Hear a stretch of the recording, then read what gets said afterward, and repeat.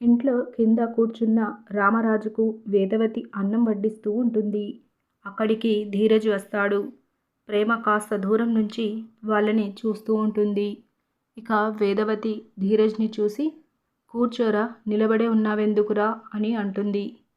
ధీరజ్ రామరాజు పక్కనే కూర్చుంటాడు.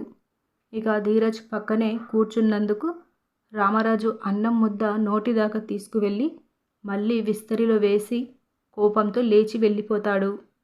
ఇక వేదవతి ఏమండి, ఏమైందండి అంటూ అడుగుతూ ఉంటుంది. ఇక ధీరజ్ బాధగా రామరాజు వైపు చూసి అక్కడి నుండి లేచి వెళ్ళిపోతాడు.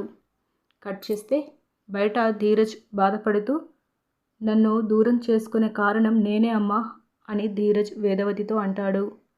ఇక వేదవతి కూడా బాధపడుతూ, నువ్వేం చేసావురా అని అంటే, ప్రేమని పెళ్లి చేసుకోవడం అని ధీరజ్ అంటాడు.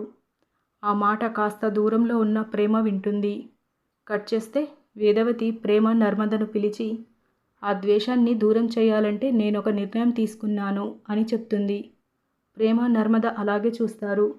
ప్రేమకి ధీరజ్కి పెళ్లి చేసింది నేనే అని ఆయనకు చెప్పేస్తాను అని వేదవతి బాధపడుతూ చెప్తుంది.